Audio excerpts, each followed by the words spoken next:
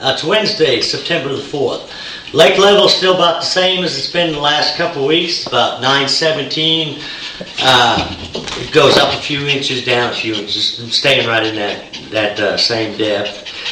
But the water temperature's actually been coming up. You know, it's about 83 degrees this morning, about 85 this afternoon, and that's on the main lake, and I'm sure the rivers are even warmer.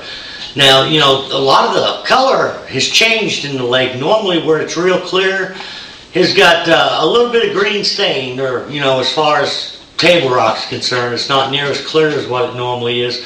From all that rain we had, and as they pulled the water down, it pulled a lot of the stain and the color out of the river. So there's as good a color on the majority of the main lake as there is up in the river arms right now. Now the bite's still kind of, you know, one day it's real good, the next day it's kind of off. Yesterday, you know, I had pretty much struggled in the morning, and now this morning was awesome. We had like 30 fish on a drop shot in the first 4 hours, and most of them are about 28 to 32 foot deep. And actually I went up into the White River today between Shell Knob and Baxter, up in that area, just fishing main lake gravel flats. But you know, my better bites, and I talked about them the last couple of weeks, how they were coming in that 18 to 20 foot range. That's still where my, you know, my better bites are as far as the largemouth and the smallmouth. Most of the stuff on the drop shots, you catch a lot of fish, a lot of Kentuckys, and if you do catch a keeper, you know, they're just barely over 15 inches, not a whole lot of weight to them. Like I say, the better fish have been coming on a football jig and a big worm, and they're in that 18 to 20 foot range. I've been catching a lot of them out of the conservation brush piles, but I'm starting to find a lot more of them on, you know, main lake and secondary timbered points. And I'm catching probably as many out of the creeks as I am on the main lake. But a lot of what I'm looking for is kind of the same areas where the fish would be in the springtime, like on a pre-spawn deal where they're coming up out of the deep water in the creeks and on the main lake, staging on these points before they go back into spawn. Well, normally in the springtime they do that, and they'll suspend. We catch them on a jerkbait. After they spawn, we'll catch them on a topwater, some of them same areas. Right now, I think a lot of them fish are starting to come up out of that deeper water. They're not suspending, they're getting down on the bottom, and it doesn't seem like it's the gravel points, and it's not the real big rock. It's kind of the mixed, almost like a football sized rock. You know, it's in between a ledge rock and a gravel. Seems to be the best rock. And I'm looking mainly for these points that have got hardwoods with a few cedars. Now you will lose some jigs. What's good about the hardwoods is they don't have near the branches that like the cedars got, so you can work the jig and a worm through them a lot better without getting stuck.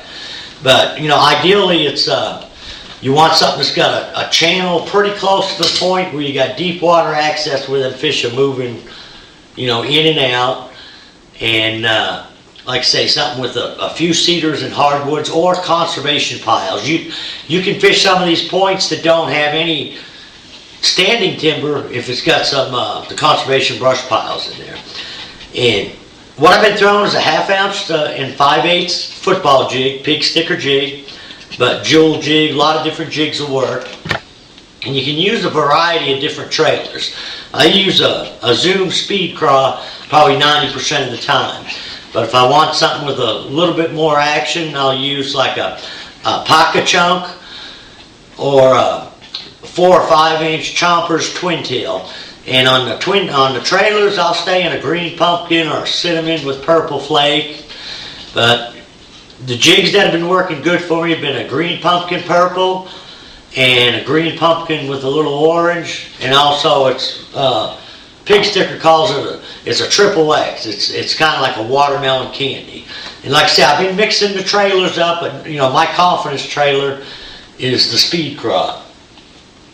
And on a worm, my favorite color is usually plum, but I'll throw like a red shad, tequila sunrise, and on the worm I'm usually throwing it on a 1/2 ounce with just Texas rigged. I'm not pegging the weight, you know, using a 4-rod hook and using either a 9 or or 10-inch worm, like a Zoom Old Monster will work good. Lucky Strike ringworm.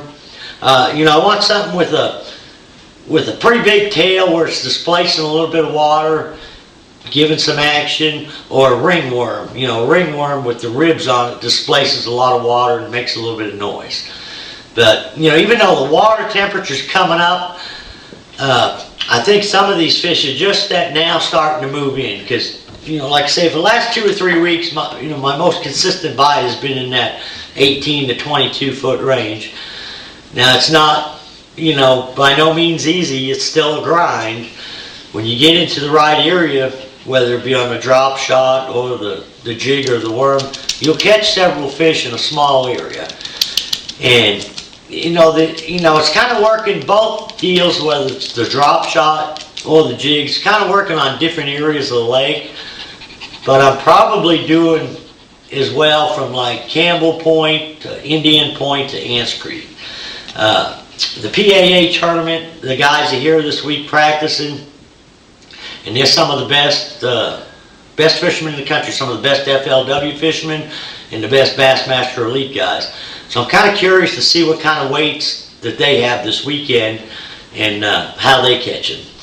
I think you'll see a lot of limits of fish in the 10 to 11 pound, but I think that the guy that can catch that 13, 14 pounds a day is going to be right up there. So, till next week, good luck, good fishing.